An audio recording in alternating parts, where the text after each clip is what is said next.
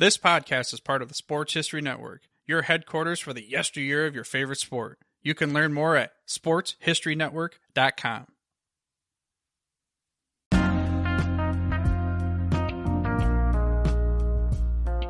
Welcome, everyone, to the Football Odyssey. This is your host, Aaron Harris. On today's show, I welcome Chris Setticase. Chris is a former college football player from Robert Morris University and currently works as an actor and as a football stunt coordinator for feature films and television series, with credits on projects such as The Dark Knight Rises, Paterno, and the new Disney Plus film, Safety. Chris and I discuss his football roots in Pittsburgh, Pennsylvania, his path to playing college football, and he takes me behind the scenes of the films and shows that he has worked on. Let me know what you all think of our conversation by reaching out to me on Twitter and Instagram, or at thefootballodyssey.com and sportshistorynetwork.com. And, as always, thank you for listening. So you're from Pittsburgh originally, right? Born and raised? I was born and raised in Pittsburgh. Went to high school there and then went to college there. Played football at a school called Robert Morris University. We're Division I AA. Played there for 5 years. Football's been an interesting road. When did you start playing football? I played when I was a sophomore in high school. Okay, that was your first year? Yeah, I played for about a year. I played from spring ball up until the fall of my junior year. Okay. Yeah. My mom made me play when I was little. Yeah. And that seems to be like a rite of passage, right, in Pittsburgh? Yeah. It was but up there too, it seems like every kid started with soccer at a very young age, and I was never one of those kids. I've never did organized soccer for 1 year. I did football in third grade, and I was a super shy kid back then, so I hated it. I was always struggling to make weight, and I was like, I don't know if this is for me. I was in third grade trying to be 105 pounds, and I was always heavier. So I used to have to run, chew gum, and just keep spitting. They're like, just keep spitting, get whatever weight out of you that you can. So I was like, that 1 year, that's enough for me. And then I started back up in eighth grade. I started to get a little bigger. So, big kid. And you're like, oh, well, you got to play football. I did. So, you didn't fall in love with it immediately. It took some time for you to really kind of grow into it. Yeah, for sure. Absolutely. Yeah, I think football is definitely a game, too, that once you kind of get the size, that's kind of when the confidence comes along to play. Because, with the exception of, some, little league teams down in South Florida, you're basically just having a bunch of kids running around trying to figure out what exactly their job is on any given play, right? So it's definitely a free for all for the most part. But then I think once you kind of get into the time in which you're ready to start showing, hey, I can play, I'm a man, I can do this. So that's, I think, when football kind of comes in handy for a lot of those kids when they get some size and they want to start showing up. Right. Yeah. I wasn't lucky enough to play any skill position. I was literally a lineman my whole football career. Well, that's good, man. You had a whole career to work on your craft then. That's true. That's a good way of looking at it. And actually, cool thing, in ninth grade, we ran a play called we ran a tackle eligible, and I was playing left tackle, and we ran it in practice, and I swear every time we ran this play, all I would do is just run a little out. And they're like, oh, this left tackle's going out. They're, eighth grade. Ninth grade doesn't know what tackle eligible is. Right. Every time in practice, it worked like a charm. We ended up running it in one game in ninth grade on a 2-point conversion. It was a little rainy. I had to go up to the field and tell the referee, hey, I'm eligible. The ref goes, what? And I'm trying to whisper it so the other team doesn't hear me. I go, hey, I'm eligible. They're like, no, you're not. And so I'm thinking, I'm on the line. I'm like, wait, did he say I'm not eligible? So then we end up running the play. I run in the end zone wide open. Quarterback throws the ball, stone hands, boom, falls right on the ground. Yeah. My one time to shine. Yeah. Well, and I think no one can really fault you that much because you're a lineman, right? If you're a tight end, even that's obviously, what they tell us we're a lineman, but we got a lot more skills than just that's right. just block it. Yeah. Well, hey, if you can get your hands in between the pads, right, like right in the middle, you should be able to catch a ball too. Yeah. I know, right? Yeah, but yeah, but that was I was a lineman my whole career. Yeah.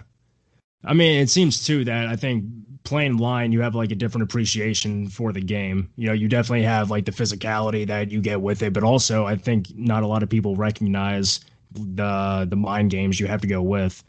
Because I mean, obviously, it can depend like what kind of system you're playing in. But if you're playing on the defensive line and you have to do two gap, you have to kind of be physical, but you also have to be reading the play. But then also, if you're an offensive lineman, you have a lot of different blocking assignments. It's easy to look at a playbook and you see like a bunch of patterns that the receivers are running. But if you're a lineman, you have like different blocking schemes. You have to know who to pick up, who's blitzing, what kind of twists are coming. I mean, I mean, if you're on the line, man, you're seeing everything.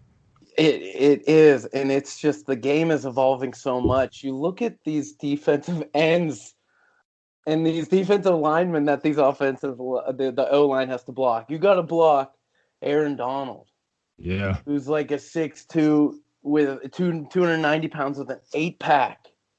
Like it's huge. And these defensive ends that are 6'6", run 4.40s. It's insane. Yeah, it's you're seeing like a lot more hybrid players now. It's like I mean, whenever the Giants beat the Patriots in the Super Bowl in 2007, they had like that package where they had all four of their defensive ends lined up on the line. So I think I think Tuck was like lined up like outside the guard, and whoever like the fourth defensive end was like Chris Canty. Yeah, I mean, you look. Yeah, that was Strahan, right? Strahan, that was his last year. Yeah, I think OC Umanura was still there too. OC 72, yeah, it was OC. And it's like you look at that, you're like, man, that was pretty creative. But now that's like commonplace. You need guys who are that size to be able to play inside, because you have to be able to pass rush up the middle. But it's nuts, man. Like it's never been a time for like more specialized players, but players that can be more flexible. Totally. Absolutely, and it's a speed game now too. Speed and space. Speed is even if you look at offensive linemen, they're getting leaner and faster.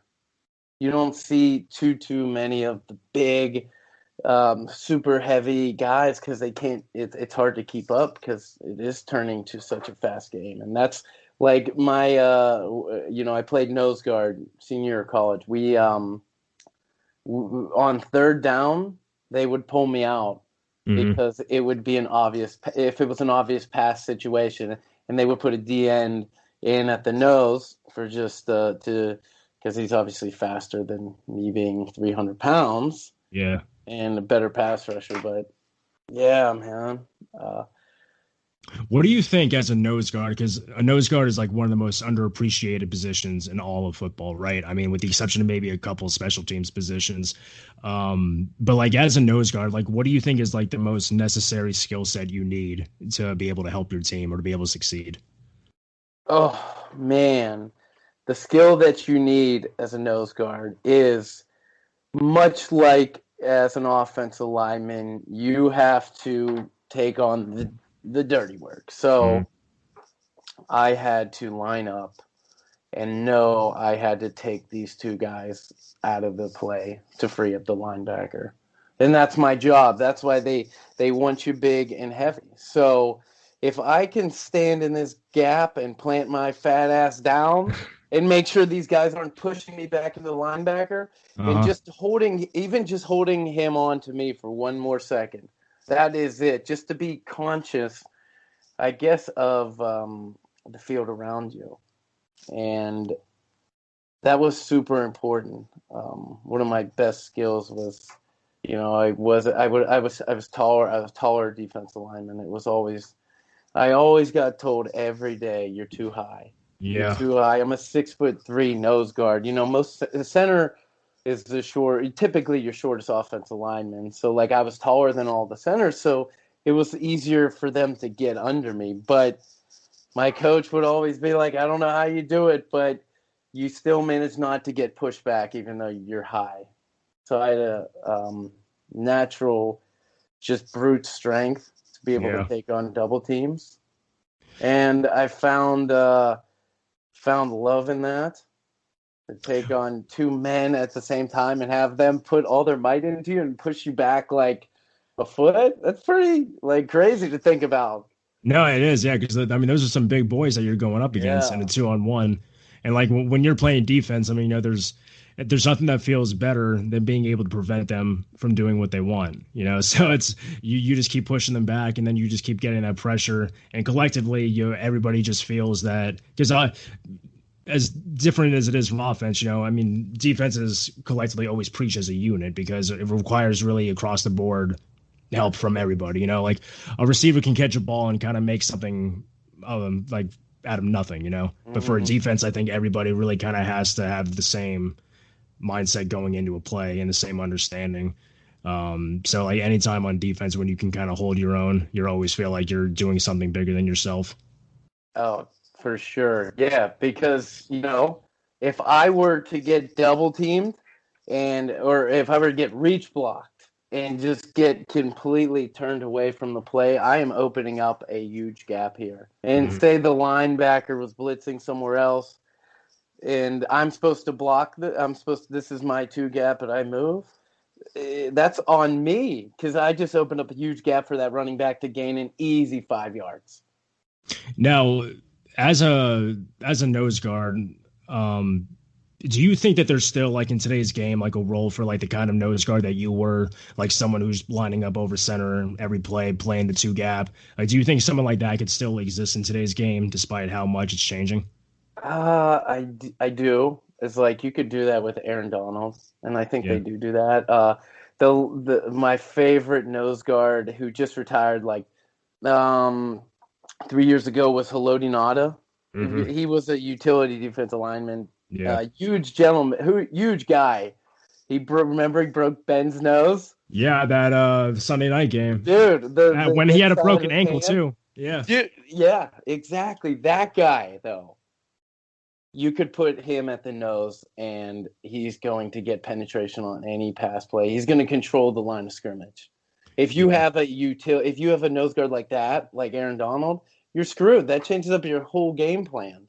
So it comes. I think it's not as common, and you don't find too many 3-4s anymore. Yeah, it's definitely more of a sub package game now. Exactly. Like remember the Steelers, big snack, Casey Hampton. He was huge, man. I mean, he was what, 325 pounds. I'd say he's like 340. Yeah. He's probably like 5'11", 340. Yeah. Just a ball, though. Yeah, like guys like him and Vince Wilfork and Ted Washington, man, they were just mountains of men. Yeah. I remember they used to have like the joke that after they all retired, they were going to go to one big buffet and just pig out. Yeah, I always enjoyed watching those guys, and like that Steelers defensive line with Aaron Smith and Brett Kiesel. Those guys I think were just as integral to their success as anybody else on that defense. And you had Harrison right outside that. Oh yeah, but yeah, him, Joey Porter in the beginning, and then it became more, they were animals. Yeah. Who were so growing up in Pittsburgh? Who did you? First of all, do you even remember? Like, if you grew up in Pittsburgh, obviously you've been around Steelers football your whole life. Like, do you remember? Yeah. Do you remember like your first memories of watching a game or like being exposed to Steelers? Actually, we had season tickets at Three River Stadium when I was probably like 6 years old, and I don't know how my dad pulled it off, but we had unbelievable seats. It was like right on the 35 yard line, but we sat in the front row, which was it was so unique of a stadium because it was the Pirates Stadium, but they also used it as a Steelers stadium. So at our seat, we sat behind the dugout. So we had we had the dugout literally in front of us, so we got to bring coolers, food and stuff, and rest it on top of the dugout. Mm-hmm. Like, that is mostly what I remember about my first Steeler game, is basically pigging out, eating food. Dude, that's how it should be. Right? That's the way And it's done, dude. yeah, I was a little then I went through a phase where I started to like other players. Like, I was a big Terrell Davis fan. Uh-huh. Love Brett Favre and the Packers. Growing up, these teams who were winning. You wanted to as a kid, was jumping on the bandwagon. Yeah, well, I think anytime you have players who are like the face of the NFL, even if you're not, they don't play for your team, you're always gonna find a reason to like them. Especially too, because like that's when video games are really taking off. So, you can play Madden like whatever year it was, and then you could just like play as Brett Favre or Terrell Davis. Right. And that just kind of bridges the gap even more, or makes you like them even more. Yeah. What about like on Pittsburgh? Who was your favorite player growing up? It was the bus. The bus. Yeah. Bigger guy who could move and could lower the shoulder. I was all about power running backs. Oh, 100%. You remember Chris Fumatamala? Tuamatu Ma'afala? Dude, yeah. Loved him. Yeah. 45. Yeah. Dan Kreider. I love power backs. So when Steelers had Jerome Bettis, when we got him from the Rams, that's who was my first favorite player in the NFL. Like, don't look at the bus. Yeah, the first game that I ever saw was the 2005 divisional game against the Colts, where he fumbled the ball at the 1-yard line. And then I think it was Cato June that knocked that ball out, and Ben had to run back and get that shoestring tackle. I'm like, oh man, Bus, you don't want to go out like this, yeah. Right. Yeah, but I mean, luckily, Ben got it, and Mike Vanderjagt missed the field goal. But yeah, Bus was a real bruiser, and unfortunately, by the time like I had really gotten into Pittsburgh and into football in general, Willie Parker was the feature back. I shouldn't say unfortunately. I mean, the guy was a good player for a few good years. He was really solid. But that was a great year to watch because you had the thunder and lightning right there. Yeah, precisely. I mean, you fast Willie, and then Willie would get all the work done down the 1-yard line, give it to the Bus to take it home. And they had, do you remember Veron Hayes? Oh, the third down back. Yeah. 34. Yeah. Yeah, he was a good one. Like I kind of miss that when some teams I guess still do it, but they have like their feature back, the change of pace guy, then they have the third down guy. Like they had like good skill positions at all those guys. And what's his the guy that was the backup for Bus for a while, Amos Zeraway? Everyone said Amos Zeraway was this was like the big thing. He was a 500-pound bencher. Every time on TV, they would always mention Amos Zeraway's strength and that he could bench press 500 pounds. Wow. Yeah. That's impressive for a running back. That's impressive for anybody, actually. Yeah. Wow. Yeah, like he had a couple good years too. I mean, he got left and went to like the Raiders, I believe, and probably the Raiders always take everybody. Yeah. Yeah. Like he had a really interesting couple of years too, and like the year with him and Chris Tuamatu Ma'afala, like the year where Tommy Maddox had won the comeback player of the year. That was special, right? Like Tuamatu Ma'afala takes the ball and gets that 2-point conversion. I think to make it a 3-point game against Cleveland in the playoffs. And that was what year is that? That was 2002. 2002. Yeah. That was the year right after Stewart. Yeah, Stewart got benched for him. Yeah. Yeah, because after Slash. Yeah, after that 2001 AFC Championship game, he just kind of fell apart. And then because he started that season as the starting quarterback.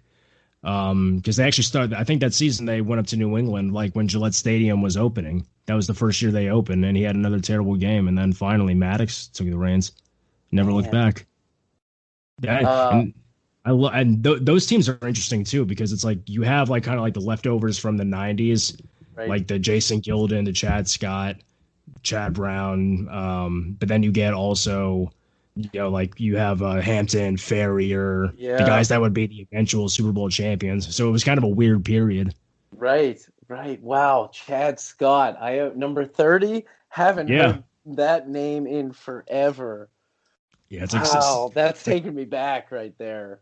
yeah, Want it's to like hear a some, cool? I got to see Tommy Maddox play actually in the XFL. no way. My family, we were on vacation in Las Vegas. I believe it was The championship, 2000. the Yeah, 2001, was it the championship game?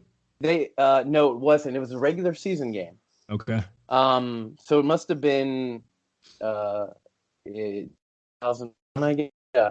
So we're in Las Vegas, and there's this new hype that they have a XFL team because this is Mhm. in the Attitude Era. We grew, I loved wrestling at the time, so I saw all the promos for the XFL. And we're in Las Vegas, so me and my Right. brother, we beg our parents, let's go to XFL game. Go to XFL game. We end up going. Still one of the craziest experiences of my life in 2001, being a little kid, going to something that new that was, and like I remember even on the Jumbotron, they would pan to the crowd and look for a girl, and everyone was yelling at her to lift up her top. And my mom's like covering my eyes. But it was the Las Vegas Outlaws featuring the running back Rod Smart. He hate me number 30 versus the LA Galaxy with Tommy Maddox as the quarterback. And Nice. yeah, and the Galaxy end up winning, and then Steelers end up getting Tommy Maddox the year after. Yeah, and Maddox's story is pretty impressive. I mean, he came out of college he came out of UCLA, right, when he was like 20 years old. I'm not too sure. Yeah, he was really young. I mean, he may have been 21, but yeah, he was super young, and he kind of bounced around. He kind of followed Dan Reeves wherever he went. He was in I think he was in Denver first, where he was drafted, and then when Reeves went to the Giants, he went with him, and then he followed him down to Atlanta, and then I think he just kind of took a break for a while. Um, Uh, but yeah, that was a special season that he had, and on one hand, it's like too bad he couldn't replicate it, the following year, but mhm. then that's whenever Roethlisberger comes into the picture, I know, right?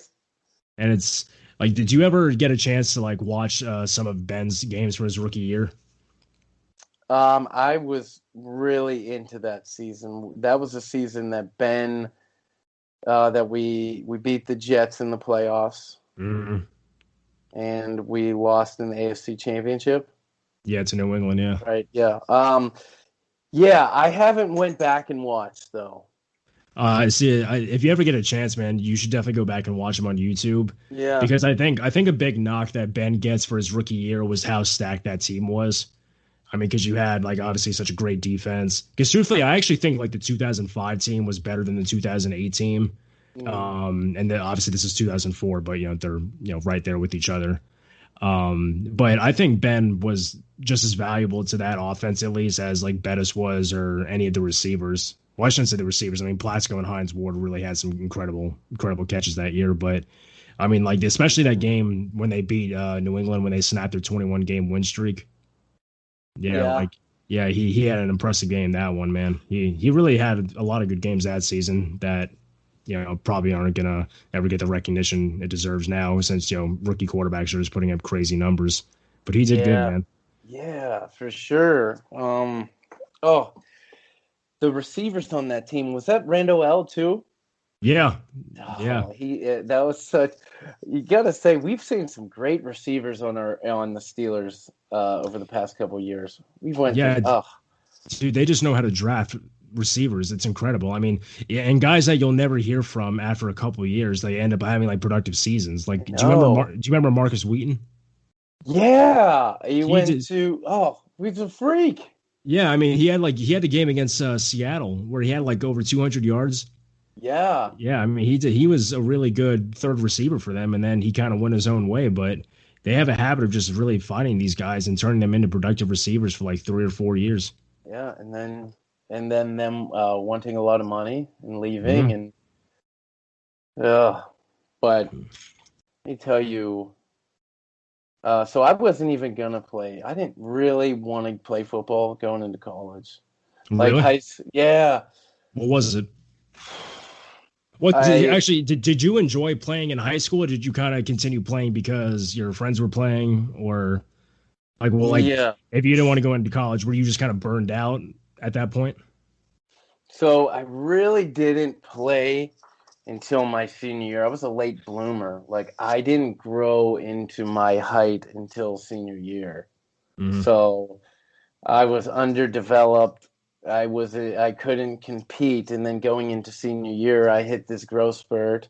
I become like 6'3", 6'2", 6'3", and I naturally put on more muscle, Hmm. and I become this different player. But I still, at the time, I was a pretty shy kid, and I wouldn't say I was taking many chances. My mom really pushed for me. Like I love football, but in high school, kind of sometimes it felt like a chore Yeah. to me. I wasn't mentally there. I didn't like working out. I felt like, oh, I have to go work out 3 days a week after school while my friends get to go home and play Halo 2 online. Yeah. Well, I mean, and I was like, damn. So when football ended, it was the greatest feeling ever for me as a kid. And a couple of my buddies were like, wow, we get to go home after school now and just be a regular kid. So when I saw college, I'm like, I don't know. I personally didn't have the confidence to think I was good enough. And I was getting recruited by like mostly Division 2, Division 3, and then Robert Morris is a local school to Pittsburgh, right next to the airport in Moon Township. My Hmm. brother actually went there, and he was playing football. He got a full scholarship, so I did some applying, and I almost went to West Virginia just as a student, but I Okay. ended up getting accepted into Robert Morris, and then my brother kind of puts in a good word for me, and I get to go take a couple visits and watch some practices. And they told me I could walk on if I wanted. Okay. And my mom really asked me. She was like, she really just asked me to try it 1 year, Hmm. and I didn't want to at first. I'm like, oh, but she just asked, and I was like, all right, I'll do it. I ended up playing. Freshman year was the most fun I've ever had, and in any football year because I had no worries. I was on scout team, offensive line at the time, Hmm. and it just had no cares in the world for football. They showed if what scout team is you are basically the third and fourth string guys, and you are acting as the upcoming team in the future weeks. So like if the Steelers, are playing the Bengals next week. Well, the Bengals run this kind of offense and they typically run these kind of plays. So on the scout team guys, they hold up a big poster with the play on it.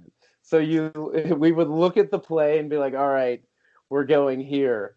So we didn't have much time to learn the actual offense of Robert Morris's, but we were basically practice dummies. But that being said, got to go up against like the seniors, the starters every day, talk smack on them, have a bunch of fun, and get better. And I look back on it, and if I wouldn't have played football freshman year, if I wouldn't have played football in college, I don't know what I've done, where I would be now, because football has gotten me everywhere in life right now.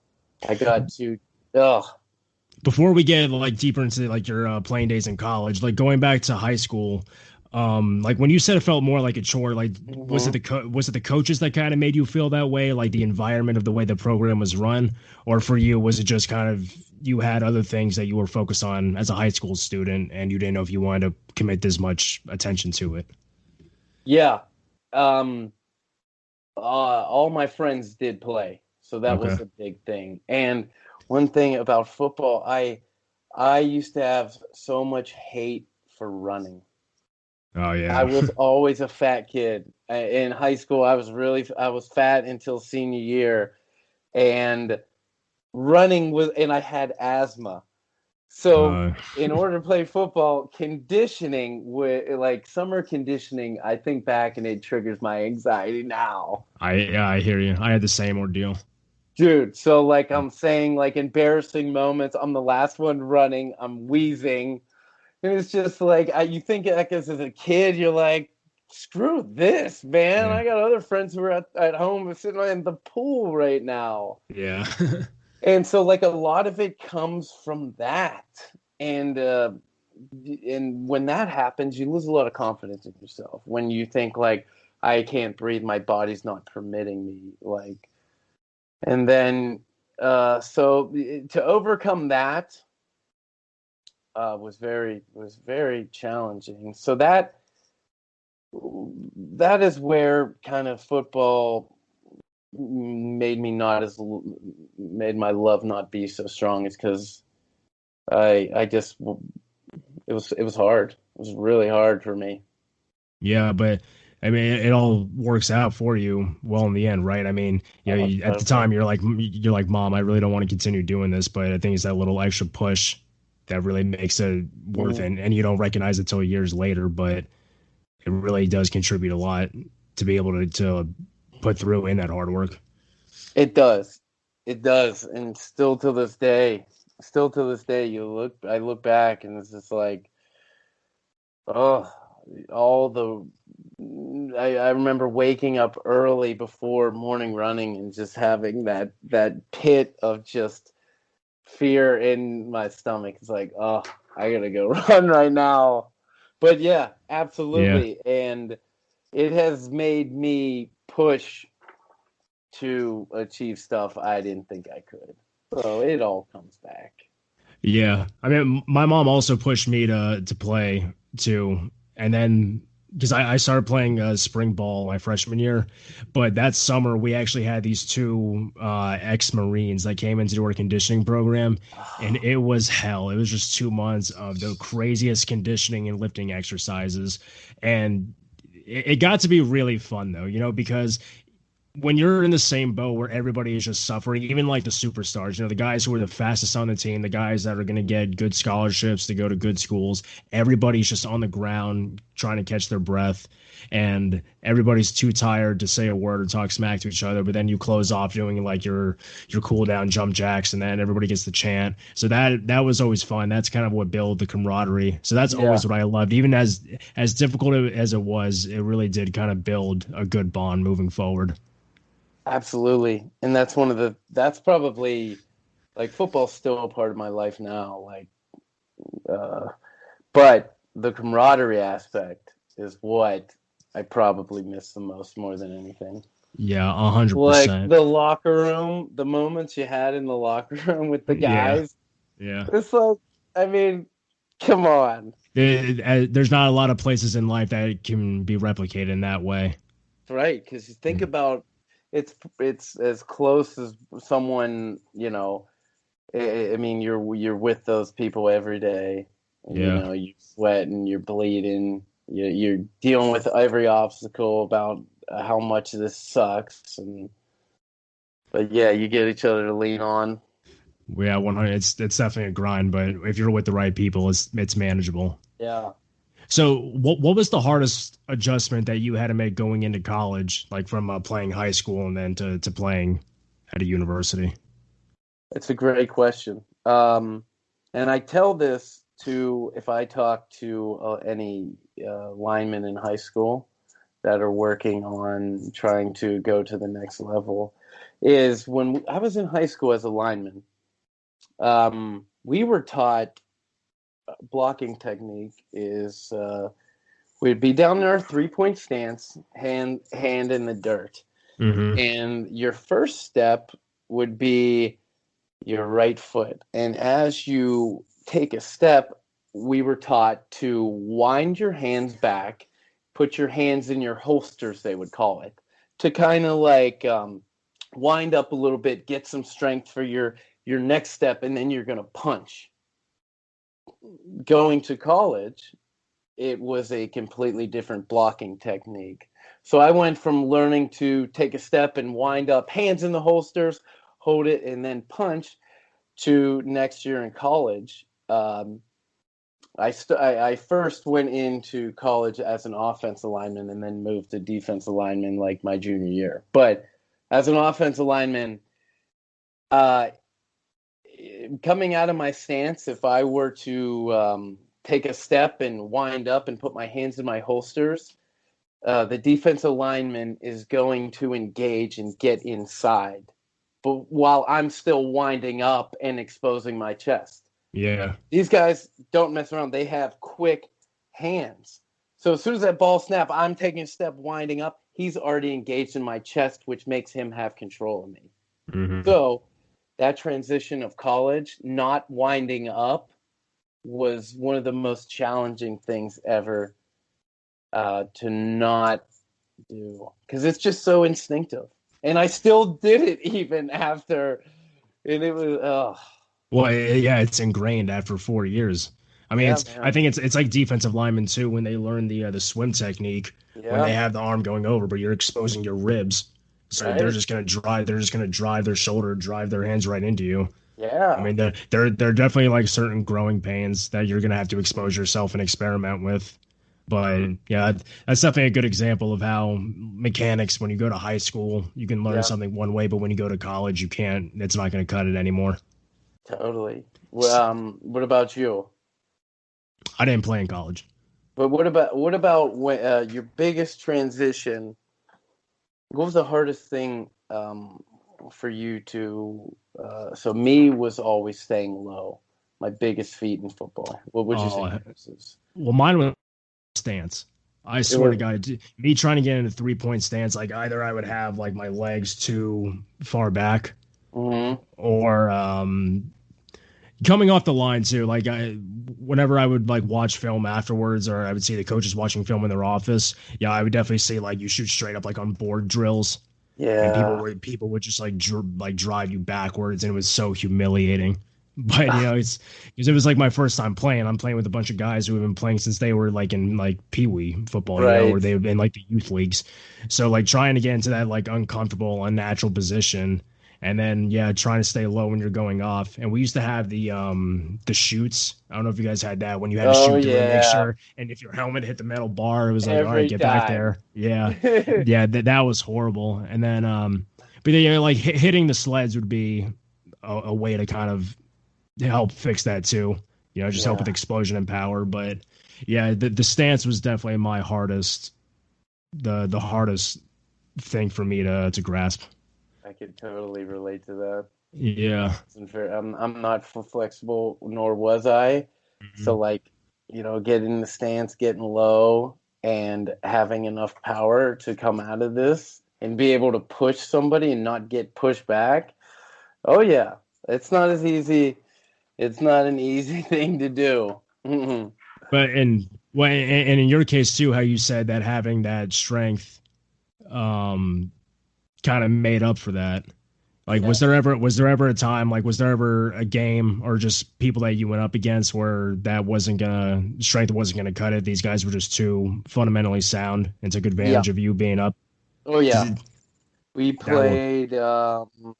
Yes, we played against a triple option team, Virginia Military Academy, VMI, and their center was probably like 5'10", and got in a 4-point stance, and is like literally a foot away from the ground. So it's either he's almost cutting me every play. That's how low and fast this guy was. And yeah, it wasn't fun because there was nothing I couldn't. He totally worked me because he just was so low and so quick. At least right initially, he would get a good pop on me because I'm still too high. He's lower, and then I was lucky enough to have just natural brute strength, and I'd be able to catch myself. But yeah, that was where, man, I'm telling you, a center snapping the ball with his other hand in the ground. Think about that. There's a lot. center's a very smart position. What do you think? So, as someone who constantly goes up against centers, what do you think? What are some of the qualities that all the great centers that you played against share?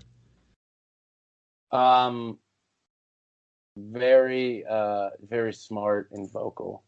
It's like these centers, you see them and they run up to the line and they're like reading. The centers, they have to make the calls of the offensive line, whether it's pass protection, whether you're sliding to the left, they're looking which side stacked, they're pointing out the mic, and then after they have to know the play, and then a nose guard is an inch away from their face. They have to remember the snap count. Then they have dumbasses like who were next to the center of me, like, yo, what's it on again?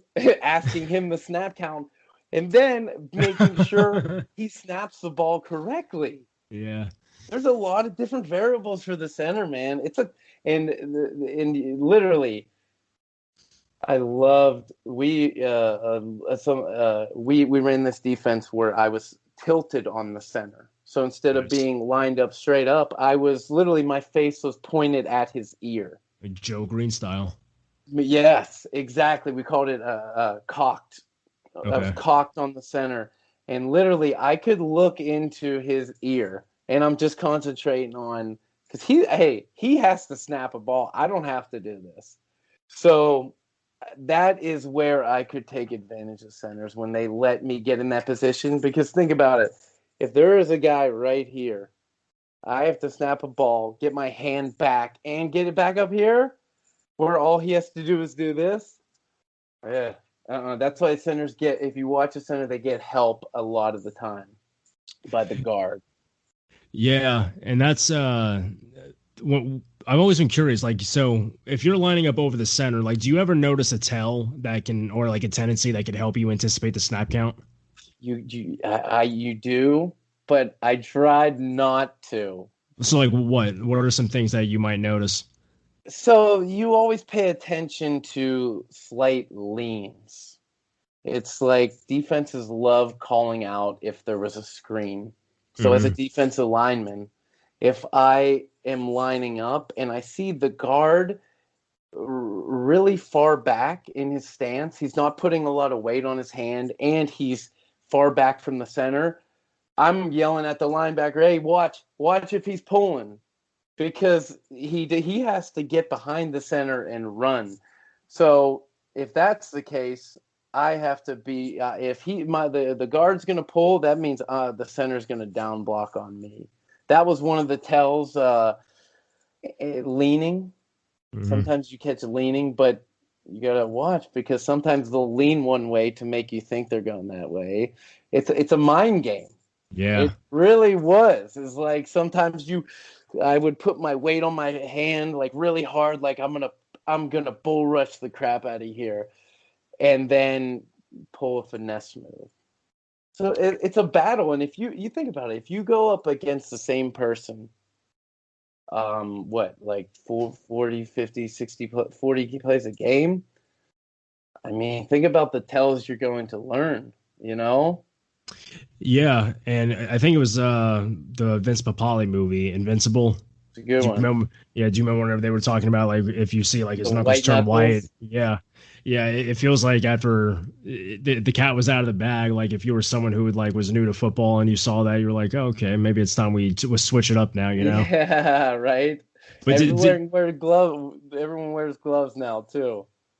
That's true. Yeah.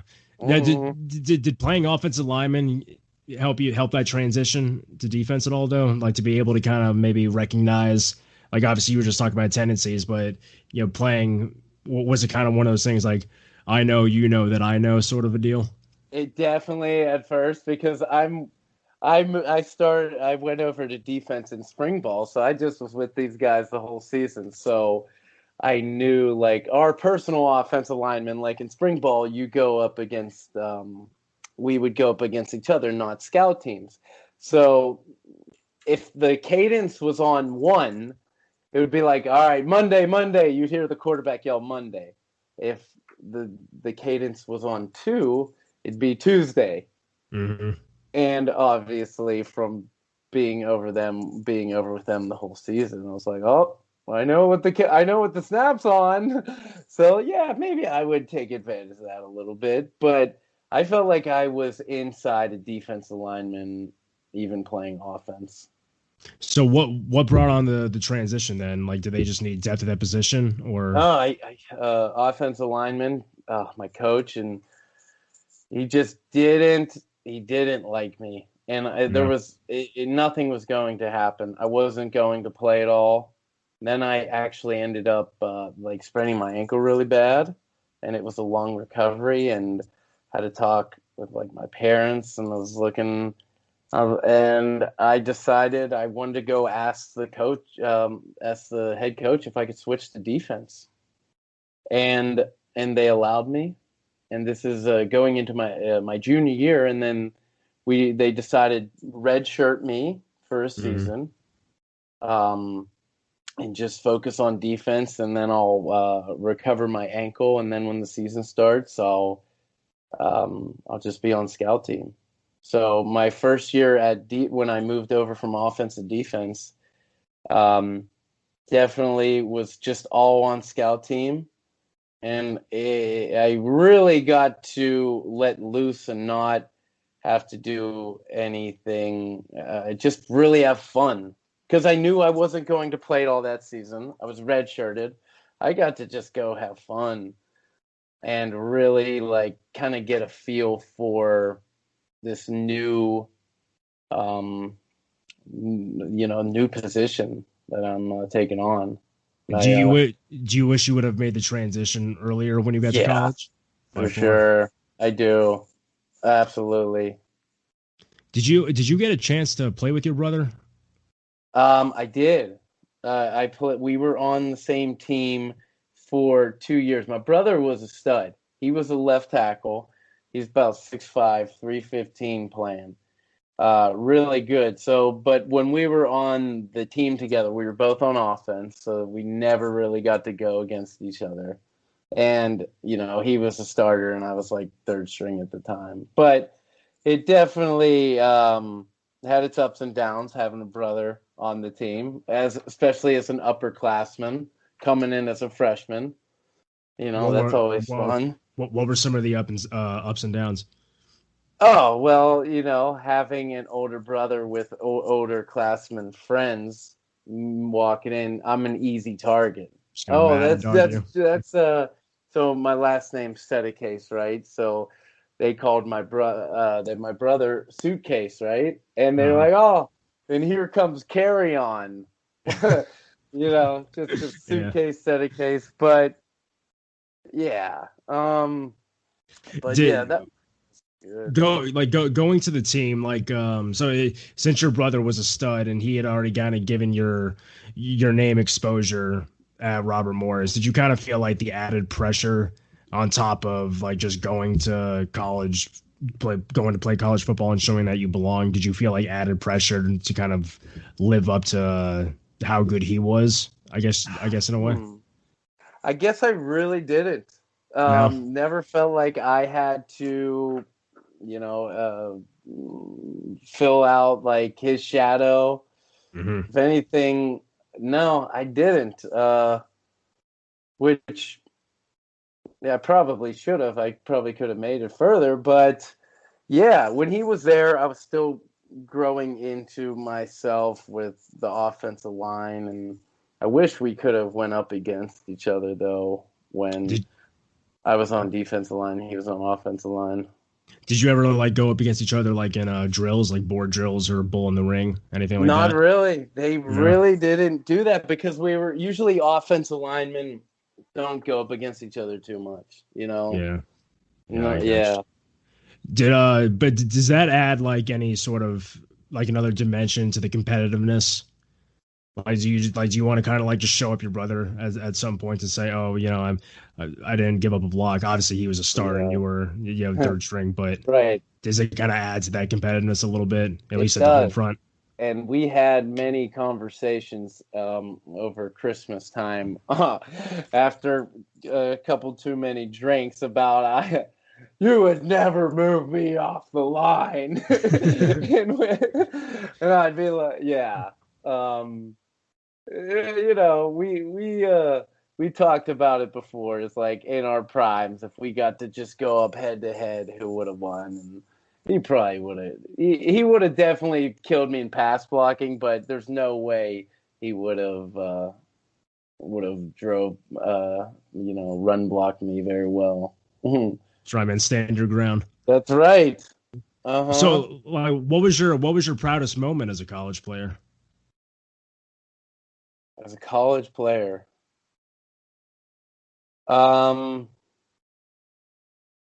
Man, so I don't know why it's so proud. I got to make the first tackle in our stadium's first night game, Okay. which it was homecoming game. It was a night game my senior year. It was a sellout crowd, small Division I AA school, but hey, it probably had, I don't know, 15,000 people there.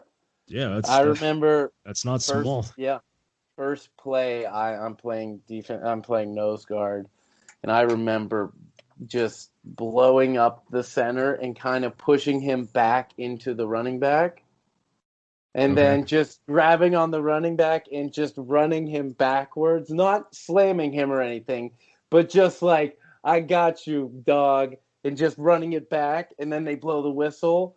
He's like, 7 yards in the backfield, and I kind of just storm off like this. Crowd's going crazy. Um, that was one of the coolest moments I had. I had a super embarrassing moment too. Um, I tripped and fell running into the game at Liberty University. Ironically, it was their first night game at their brand new stadium. Fireworks. It was on ESPN3. 26,000 fans, louder than all heck. I get called into the game. I'm yelling for the other defensive tackle to get out. I'm like, Sam. I run in. Turf monster catches my foot. I fall straight on my face. Boom, I hurry up and try to get up, looking as not sloppy as possible. Managed to get to the huddle. Linebacker's like, all right, Mike 34 Hawk, are you ready? He's like, get in place. I'm like, did you just see me fall right there, John? How am I supposed to focus on the play? And it was on ESPN3. It was super embarrassing. I managed to get back to the sideline. The fans are yelling, "Hey, 76, we saw that!" And I'm just like covering my face. And on the bus ride home, we stopped at a convenience store. They give us a little bit of money for a snack. I'm walking off the bus. We got killed that game. My defensive coach is standing by the door. He's like, "Watch your step." And it was after a loss. So after a loss, it's no joking matter. Right. And he managed to throw that jab in. Is classic. And at least you're able to laugh about it. Obviously Right. being on national TV, that's like it's like a Johnny Drama moment. Oh yeah. Oh, Yeah. that's so funny. But now, after you graduated, you actually got involved in film and TV work as a actor and a stunt coordinator, right? yeah, man. So it was actually my last season of college, right? In Pittsburgh. This is 2011. And they are shooting a movie at Heinz Field, downtown Pittsburgh, and they were looking for football players. My brother saw this. He sent his stuff in, and he's like, "You should send in. All they're asking for is your name, height, some pictures of what you look like." So I send in, and we both end up getting selected to work on this movie. And we come to find out the movie was The Dark Knight Rises, Batman.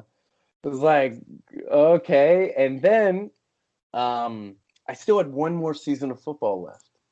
And in order, NCAA violation is you can't get paid to play football, or else you will lose your eligibility. Okay. So technically, I was going to be paid to be a football player in this film. So I had to go to the compliance director, right, and talk to them. And the company that hired us as football players, they were called they go by the name Game Changing Films. So I talked to them, and I'm like, hey, I still have one more year of college football left. So, but the compliance director's not okaying me to do the movie because he thinks it will ruin my eligibility. So the people at Game Changing Films were like, well, technically, you're not getting paid to play football. You're getting paid to be a prop. So they end up okaying me. End up going to set, and it was at Heinz Field. I was just a sideline player on the sideline during the scene when Bane walks out and takes over Heinz Field and actually ends up blowing it up. Press the button. Yeah, I got to see that in person, which was cool. One of the top 5 coolest film. Well, not top 5. That's like second coolest, hands down. But so I was on the sideline during the kickoff scene where Hines Ward returns a touchdown, and then as soon as he returns a touchdown, Bane he starts talking. He goes, "So Gotham, today is your reckoning." But which did was you get to meet any of the players on the sideline? So I was actually so in that movie, they had a bunch of cameos by some Steelers, like Ben Roethlisberger, Polamalu was in it, Aaron Smith, Pouncey, Hines Ward. They were all on the home team, which was the Gotham Rogues. I was on the away team, the white team, and our team's name was the Rapid City Monuments. There were no Steelers on my team. So I wasn't near any, and this is my first time being on set. I didn't want to say anything. When we were walking into the locker room, Hines Ward was right behind me, and I almost turned around because my jersey was really tight on me at the time, very uncomfortable. I was this close to turn around and be like, "Hey, Hines, does this jersey make me look fat?" You should have done it, man. I should have. I didn't, but. Yeah, I didn't get to interact with any of the celebrities or football players on that one. You got to get back on set with Hines Ward. You got to tell him that, right? That would be cool.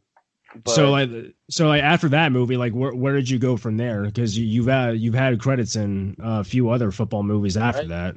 So like, where did you go from there? Yeah. So. Football again.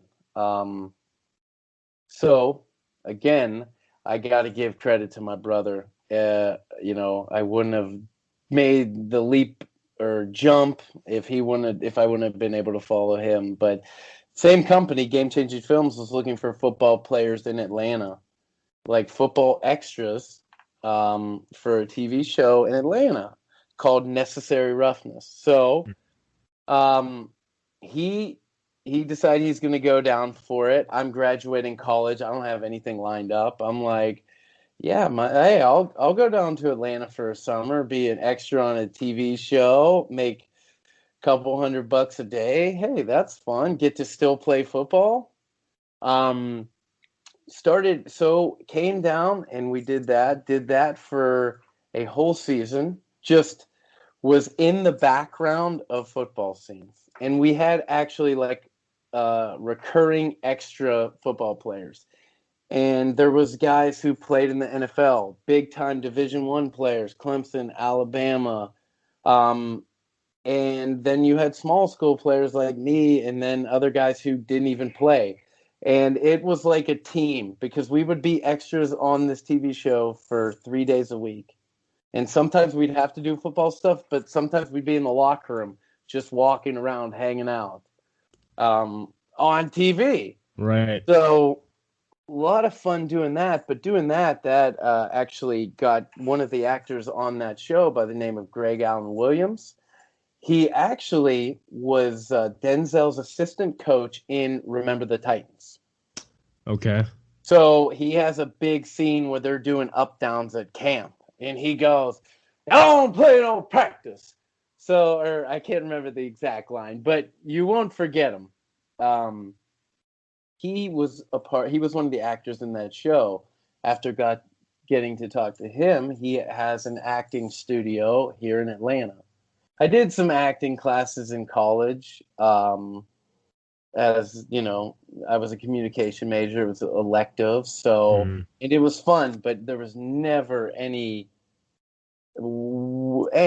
thought that I would take this as a profession or as a career. So we met Greg Allen Williams and actually started taking classes at his school. The guy has over 100 film and television credits. He was on like over 40 episodes of Baywatch. His IMDb is super impressive. So getting to learn from him, a working actor, him telling you what he did and his techniques that got him booking and consistent work, and then getting to perform in front of him and getting to critique and learn, it was huge. Started doing that and then got asked to do another football movie. So I'm like, wow, I'm still playing football right now as I'm 24 at the time. I go to Texas to work on a movie for 2 months as a football player. Then some commercials pop up. And the people who I've gotten to meet, I got to play TJ Watt in a commercial once. It was a Visa Julio Jones commercial. Okay. And you know, it's going to be Steelers versus Falcons. And we get into the locker room, we go to get our wardrobe, and I see in my locker is number 90 with Watt on the back. And I'm like, there's no way. I'm like, I'll take this. And I was just like, well, let's just hope TJ doesn't see this, because he's going to be like, wow, you guys couldn't have got a better stunt double than this. But no, dude, yeah. you'll get mistaken on the streets now for TJ. Yeah, right. Uh-huh. Yeah. Now, So, go ahead. yeah, it was so I did okay, so then went to Texas to work on a movie. What movie was it? It was a movie called One Heart. It hasn't been released. It's actually I think that was back in 2012. And it's supposed to, I think, be released next year. Yeah, sometimes that happens. Things stop. Oh, dude, they'll put it on the shelf for 10, 15 years at a time. Yeah. So, but it's really for people who don't know, football in film and television is real, but it is a dance. So take me through like the choreography and like sort of like the process. So when you like arrive on set, and most extras in football come from football backgrounds, right? Like you're not gonna be in a uniform unless you have some football experience as an extra. They do tryouts. They do tryouts. Like, and I'm telling you, like, I've worked on movies with second round draft picks in the NFL. Wow. Okay. Like, yeah, they do a tryout and they put you through like kind of like combine drills. They make you like run a 40 and do some footwork drills and stuff. So yeah, big tryout, which is cool, and it really brings out the competitive juices. Yeah. But now, is that in addition to going on like an audition? No. So this is that is pretty much just towards the football aspect. If I was going to be like just a football player, not necessarily an actor, you know? Gotcha. Yeah. But from just the football aspect of it. So you see all these plays in movies and television. Those plays, so let's say, for example, let's go over the Batman scene. Mm-hmm. The big scene. We had to There was 2 days of practice for that one scene, because that was a kickoff scene. There is millions and millions of dollars of film equipment on set. And on set, time is money. Every time someone messes up, that is just more money. The longer the day takes, that is overtime, more food, just keeps racking up. Yeah. So they have 2 practice days to make sure that you perfect what plays we are doing. Like you have a mark where you have to get to. So say I have to tackle you on the kickoff, right? We have to make sure that you get tackled at the same place every time, because that's where the camera is set up. If you're 1 yard ahead of that, you're out of the shot. So you have to make sure you do things at the exact same time and the same place every play, and it has to be the same thing. It's like a thing. It's a thing called continuity. It's just like if we want to play and I'm wearing a towel on my waist, and then the towel falls off, and I'm like, I don't want to wear it anyways. And then we're like, all right, guys, we're gonna run that play again. You're like, hey, that guy had a towel on his waist the last shot, because they have to piece together every time they record it. Right. So if you're not at the right mark, at the right place, if you get hit, if you're about to get hit and you kind of tighten up your face and right before you get hit, the camera can see that. Mm-hmm. There's so many, and with injuries, you have to know what you're doing, because we've seen so many injuries happen with football, and that's the last thing you'd want someone to get hurt when you're doing a fake choreographed play, you know? Now, when you're making a tackle, it's a full contact tackle? It is, to an extent. So how do they make it look believable? Number one rule of tackling when injuries happen is when you land on top of the person.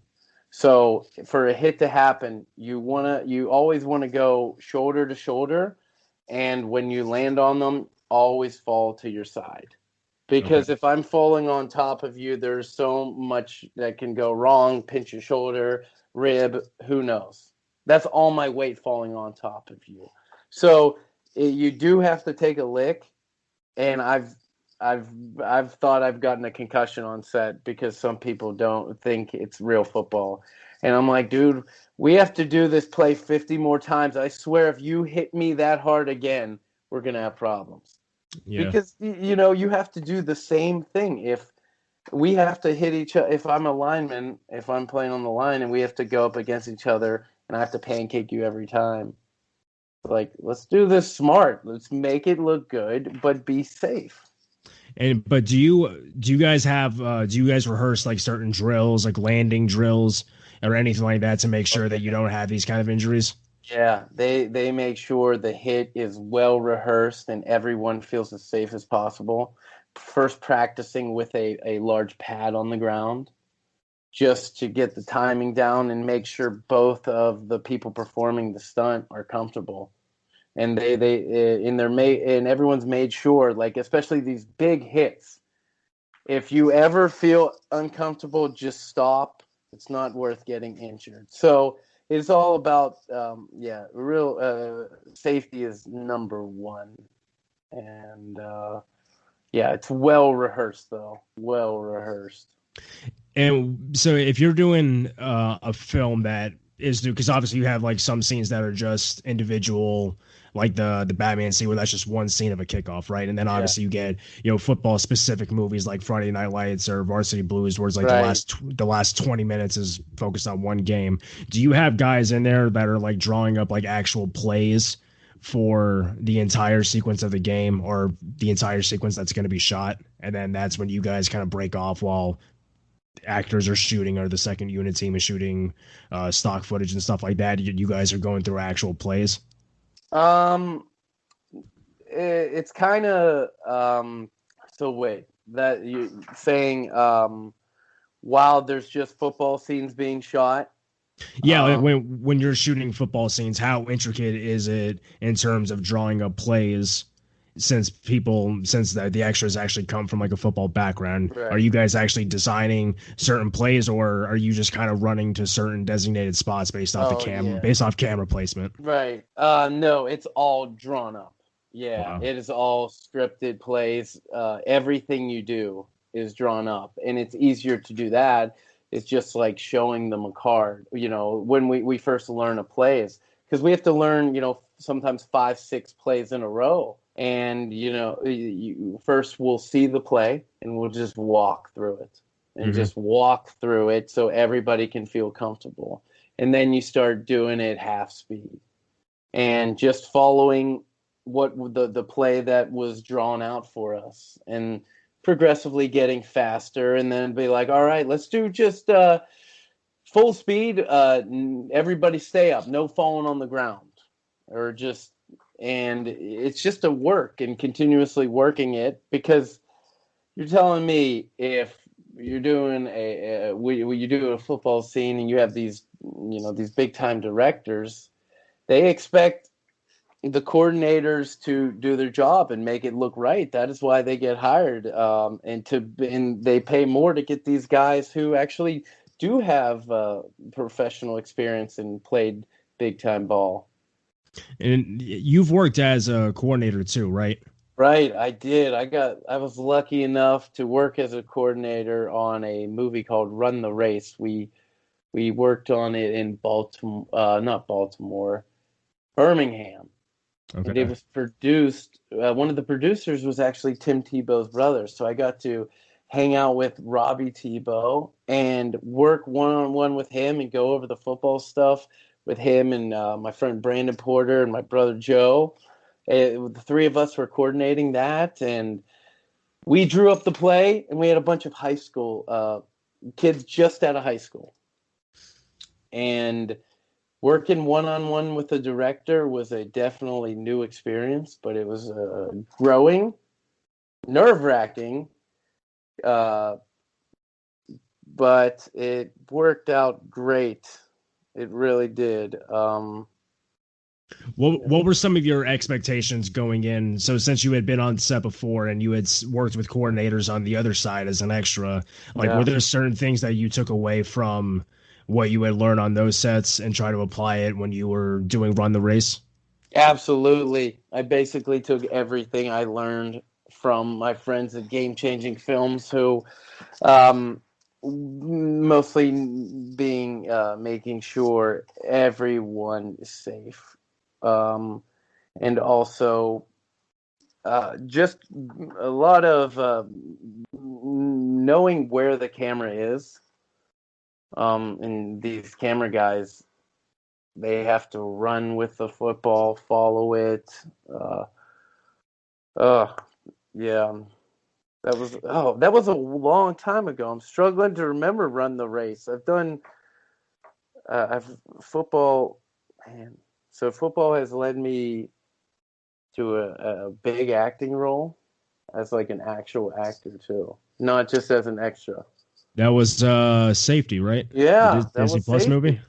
Yeah, yeah, Safety. So in Safety, we came out earlier this year. I was a Clemson football player, a 18, 19-year-old freshman from Kentucky.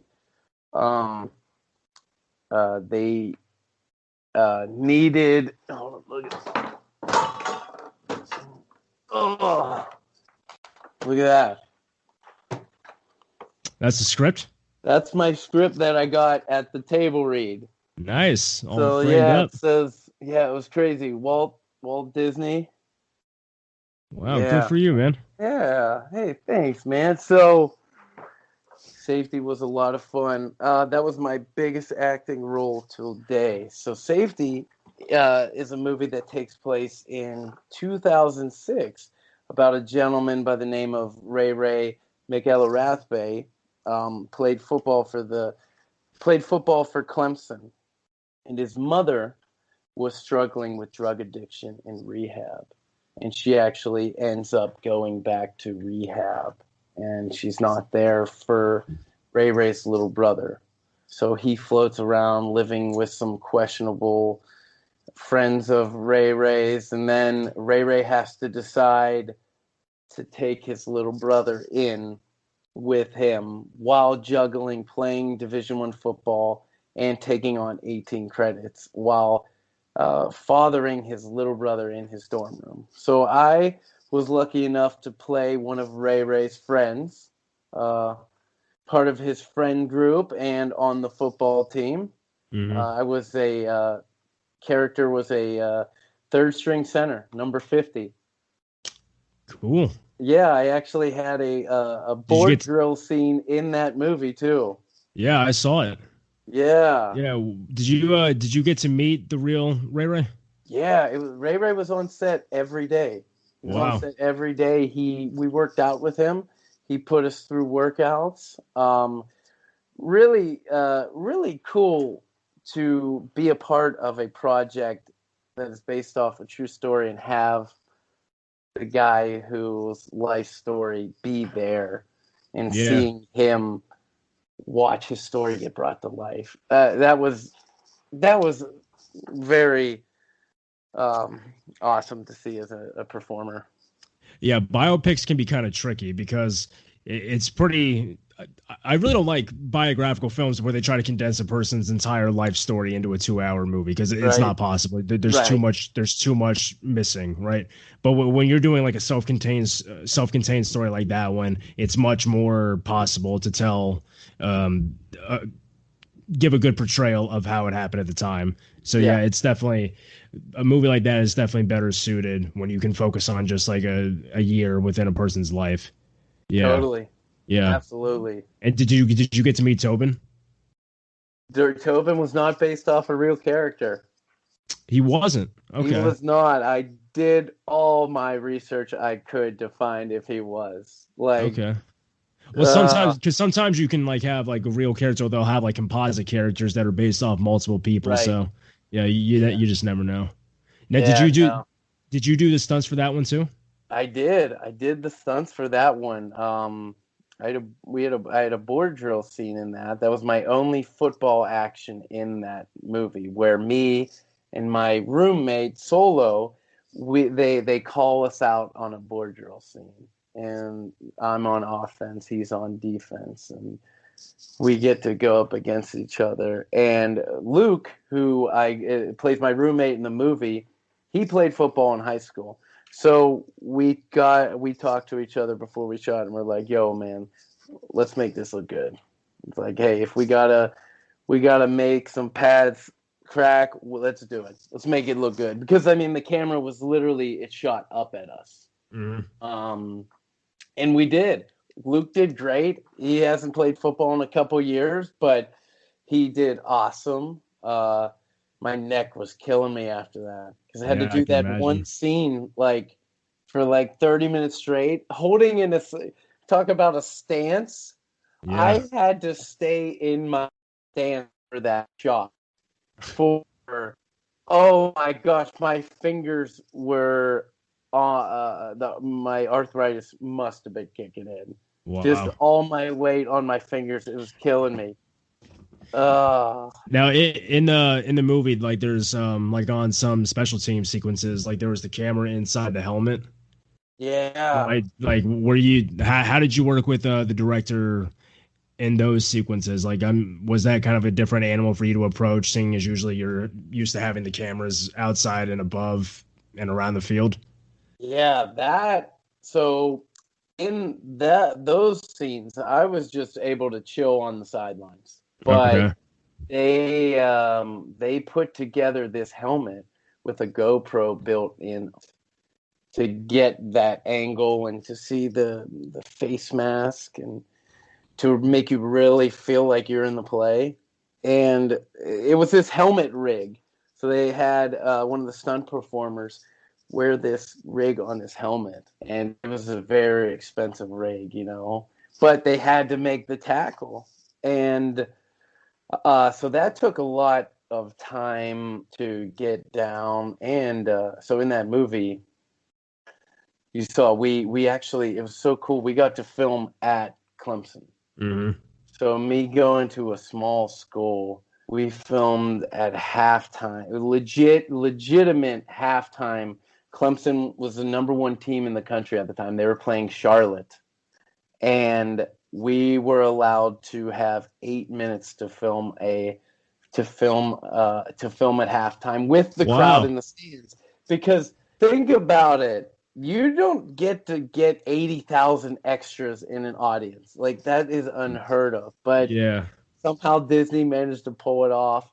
They're making. They must have made a pretty good donation, right? They had to have, right? Yeah. Well, look at all the exposure Clemson gets. Yeah, 100%. But we had 8 minutes to film the scene, right? Of us running. We had to run down the hill. Run down, touch Howard's Rock, run down this steep hill, run onto the field, run a kickoff play, and then run two defensive plays in 8 minutes. We rehearsed this in Clemson Stadium for a week because this is legit. You had one shot at it. Wow. I was petrified. I was going to trip and fall down this hill, telling you my story earlier. Yeah. I'm in the front row here, dude, running down this hill. And I'm like... Now you're in front of 80,000 people. 80,000 people. So when we're about to do it, I'm standing there. I'm looking around like, wow, it's a lot of people. You hear the announcer go, okay, everybody, please stay in your seats at halftime for the filming of a Disney movie. And also, please do not take any cell phone videos because... there was no cell phone video cameras in 2006. And everybody stayed in good their awareness, seat, yeah. right? But if you watch the movie, look at the crowds, you see iPhones. Yeah. Some things are just unavoidable. Yeah. But it's in the deep background. I think it's better. I think it's better, though, because sometimes you look at movies, like sports movies, and they have computer-generated fans. And it just doesn't have the same effect. On a film where they did that, where they have cardboard cutouts in the stands. Oh, really? So then they'll just do like a quick pan by the crowd, and it's literally cardboard cutouts of people. But the camera's moving so fast, you would never be able to tell. Yeah. Yeah, but when you're coming up with like the choreography, do you have like a process that you go by to prepare? I mean, do you kind of brush up on your own fundamentals, I guess, before you want to go through everybody else? Like, what's your process like for prepping for like choreography? If I know I'm going to be doing football drills myself and getting back into it, I'm hitting the field and I'm getting back into the swing of things, getting back into stance and getting my footwork under me, just getting back to the basics. It doesn't have to be super extreme. I mean, it's like riding a bike, but it does go away. So definitely need to, like I'm telling you, getting back into a football stance after not getting in one for a while. It does not feel like it used to, like coming second nature. Yeah, I imagine that must take some time to get reacclimated.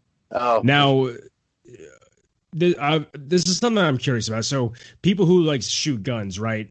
If they see someone shooting a gun on in a movie or a TV show, they can kind of say that person has never shot a gun in their life. Or maybe if someone's a smoker, they can see people who smoke cigarettes and they say that just looks unnatural, like they're obviously pretending to smoke.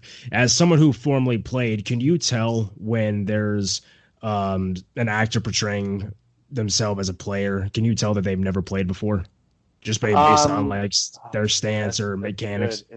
It's funny that so a lot of actors who play in sports movies have never played sports before or have never played football. That is when it is relied heavily on the stunt double. So they will, if you watch it, like I worked on this project where the actor was great at his job, but he never played football before. He was struggling to buckle his chin strap. So we had to help him buckle his chin strap. And what they'll do is they'll let say the actor's a wide receiver. They will have the actor go over the route they're going to run and have them do it as best as their ability, shoot it close, really close, so they're seeing this. So you're actually not seeing the actor's footwork or hands, you're just seeing their face. Like, if you watch, and then they'll go to a wide shot. It will be the stunt double cutting, looking really good at what they're doing. Then they'll go back to the actor, maybe looking back in the face. And then they'll throw the pass, and they play with the angles, man. But if you look next time, you'll be able to tell. If you look very closely, you can see, like, that was definitely a stunt double. Maybe the skin complexion is a hair off, but yeah. The magic of editing. Movie magic. Yeah. Did you ever see this documentary called, what was it called? I think The Final Cut. I don't know if I saw that. I don't think that's the right name, but it's basically about how editors are really the ones that kind of really put out the movie as it is. I mean, because there's often said, like, there's the movie that's written, the movie that's shot, and then the movie that's seen. Totally. Yeah, it's definitely one of the more underappreciated positions. Well, I shouldn't say maybe it's underappreciated, but you're not going to hear the names of great editors like you are great directors or great screenwriters even. I've heard a lot of actors will say is like an editor can make or break an actor. That's very good. Just like in Safety, I probably had 4 or 5 nice scenes cut. Really? That just didn't make the cut, like with dialogue and. Yeah. It can be a rough business, man. It is. It is a tough one, but. What are some of your personal favorite of movies that you've been involved with? Is there one that you like the most? Probably Safety's my favorite. I got to work 2 months. Yeah. But my first big principal role was a movie called Dirty Grandpa. And I booked a one-liner in it. And I come to realize that the scene was with 2 guys who have been in the game. Like, one dude who was in the scene has been in the game for decades. The other guy's like this upcoming pretty boy hotshot. So I had one line in the movie. I end up finding out I get the part, and I have 2 days to travel to Tybee Island to film. Mm-hmm. Tybee Island was supposed to be Daytona Beach, Florida. They put me up in a hotel on the beachfront. I'm like, this is crazy. This is awesome.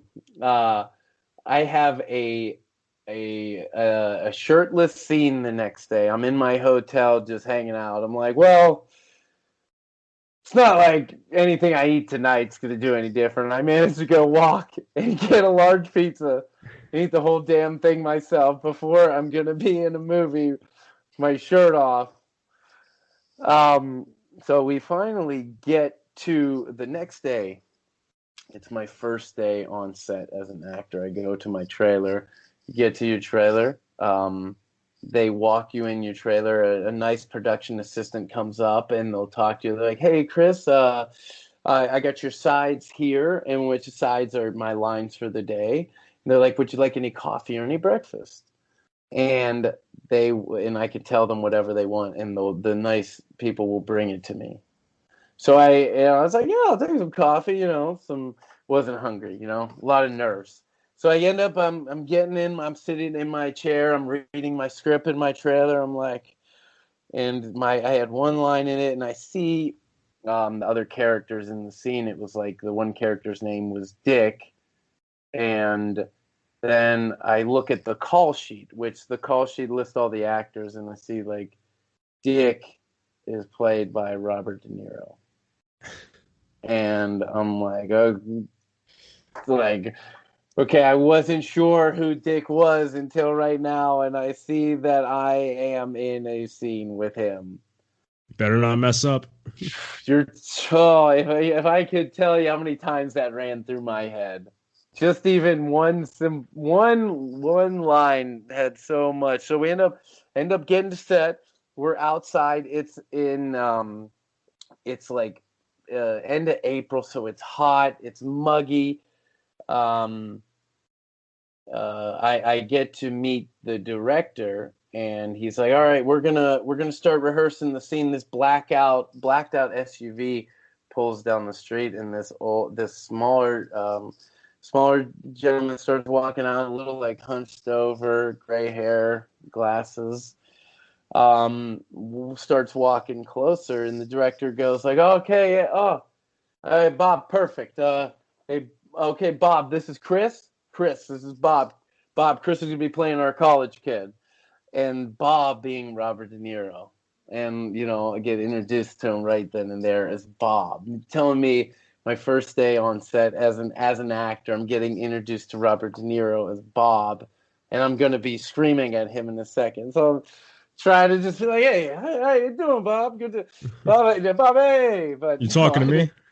I didn't do that. So we went over the scene, and then as soon as we start to go over the scene, Zac Efron comes to set, and he was running a second late, so he just hops in and we start rehearsing. I didn't get introduced to him.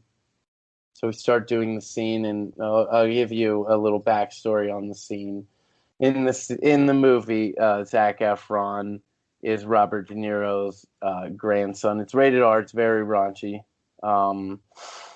And Robert De Niro's wife passes away, so he wants to go to spring break, and he makes his grandson take him. So they're entering Daytona, Florida, and they're driving along a beach, and Zac Efron's character gets a call from his fiance, and she's like, "Where are you? I can't even hear you." And he's like, "Yeah, we're at a Chuck E. Cheese, and there's like a weird waiter here." And then I jump on their car. I jump right on the windshield, looking straight in the eyes of Zac Efron, and I go, "Yeah, Daytona effing beach." And I get to scream at him, and then Robert De Niro goes, "Yeah, Daytona effing beach. That's right, buddy." And that was my small scene in that movie. But after we start doing it a couple times, I love telling this because it's so cool. I was hanging out where all the chairs are. They call it Video Village, right? And I see Efron is walking by me, and I'm like, you know what? I'm gonna play this cool. I'm gonna play it confident. I was like, he's big time. I'm not gonna bother him. So I'm just standing there minding my own business. I'm like, I'm play cool, play cool, play cool. He starts walking by. He walks right past me. I'm like, all right, and then he stops. He comes back to me. He goes, "Oh, hey man, I didn't get to meet you. I'm Zach." He comes up, shakes my hand. He's like, "Dude, you're doing such a great job." He's like, "I can't wait till they turn the camera around on you." Like, and this is when I was just standing there, very small part, working on the movie for a day.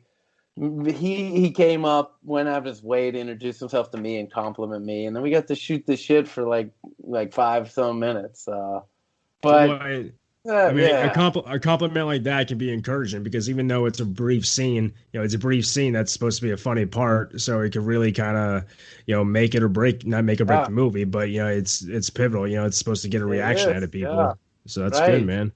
And Yeah, dude. you got to work with Pacino too, right in Paterno. Right. Yeah, I did. I had a small part in that movie. Paterno was an HBO movie about the events of the Penn State scandal with Jerry Sandusky, and Al Pacino played Joe Paterno. And actually, I was a football player in that movie. My character was football player number 2 in the credits. But one of the sad parts of this business is my 2 lines in that movie got cut. I didn't make the cut. Like, went to New York to film that with a legendary director. His name his name was Barry Levinson. He directed Rain Man. Mm-hmm. Just like, I would have never thought I'm meeting the director of Rain Man in HBO movie. But yeah, I played a football player who was not in any football gear. I was in casual clothes. Me and another player were sitting at a lunchroom, sitting there just chatting, and we're supposed to get an alert on our phone. We're like, dude, like, holy crap. I'm like, dude, what's up, man? And he's like, article in the Patriot News.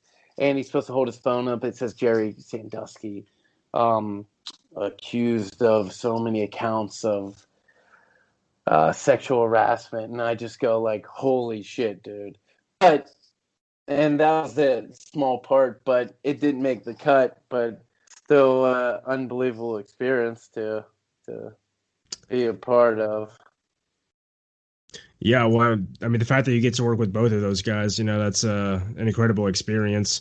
I mean, did you ever see the movie Heat? You know what? I haven't seen Heat. That is with that's Pacino, right? Pacino and De Niro. Yeah. Yeah, Were they cops?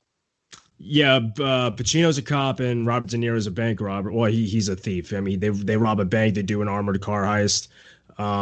There's only a couple scenes that they share with each other, though, but one of them is this pivotal scene that is just masterful to watch. It's probably halfway, 2/3 into the movie, but dude, when you get a chance to watch that movie, man, it's incredible. I will. Yeah. So, like, what's your ultimate goal for doing this? I mean, do you want to continue to see how far you can go with acting or with, choreographing football scenes? I mean, what's your ultimate goal with it?